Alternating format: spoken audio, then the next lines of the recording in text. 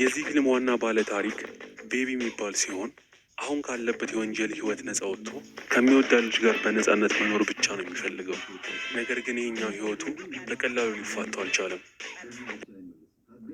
ዛሬ የምናየው በ2017 ቤቢ ድራይቨር በሚል ርዕስ የወጣውን የዝርፊያ አክሽንና ሙዚቃ ይዘት ያለውን ፊልም ነው።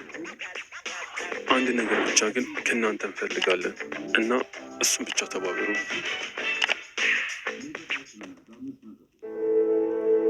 ታሪካችን ሲጀምር ቀይ መኪና ባንክ ፊት ለፊት አስፓልት ዳር ሲቆም እናያለን። በዲ ዳርሊንግ እና ግሪፍ የሚባሉ ሶስት ዘራፊዎች ሽጉጣቸውን ይዘው ወደ ባንክ ይሄዳሉ። ሾፌራቸው ስሙ ቤቢ ይባላል። እነሱ ዘርፈው እስኪመጡ መኪናው ውስጥ ቁጭ ብሎ ይጠብቃቸዋል። ባንክ ውስጥም ገብተው ዘርፊያቸውን ይጀምራሉ። ቤቢ ደግሞ መኪና ውስጥ ሆኖ በሚሰማው ዘፈን መጨፈር ይጀምራል። ዘርፊያቸውንም ጨርሰው ወደ መኪና ሲመጡ ቤቢ ሄድፎኑን ሳይወልቅ መኪናውን አስነስተው ጉዞ ይጀምራሉ። ብዙም ሳይቆይ የፖሊስ መኪና ከጀርባ ይከተላቸዋል። ቤቢን በሚያስገርም አነዳድ ጥበብ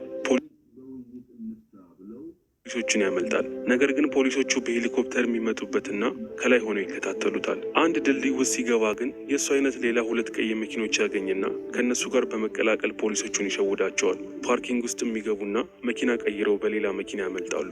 በቀጣይም ትዕይንት ቤቢ ቡና ሊገዛ ወደ ካፌ ሙዚቃ እየሰማ ይሄዳል። ቡናውንም ገዝቶ ወደ ቡድን አጋሮቹ ይመለሳል። አለቃቸው ስሙ ዶክ ይባላል። ድርሻቸውንም እያከፋፈለ ነበር። ግሪፍ የሚባለው ሰውዬ ዶክን ቤቢ ግን ለምንድን ነው ሁሌ ሄድፎን ሰክቶ ሙዚቃ የሚሰማው ብሎ ቤቢን ነገር መፈለግ ይጀምራል። ቤቢ ግን ምንም መልስ አልሰጠውም። ተከፋፍለውም ሲጨርሱ ይወጡና አለቃቸው የቤቢን ገንዘብ አብዛኛውን ይወስድበታል። ለእሱ ትንሽ ብቻ ይሰጠዋል። ጓንትና አዲስ ስልክም ሰጥቶት በቅርቡ ለሌላ ስራ እንደሚደውልለት ነግሮት ይለያያሉ። ቤቢ የሆነ ጊዜ የዶክን መኪና ሰርቆ ነበር።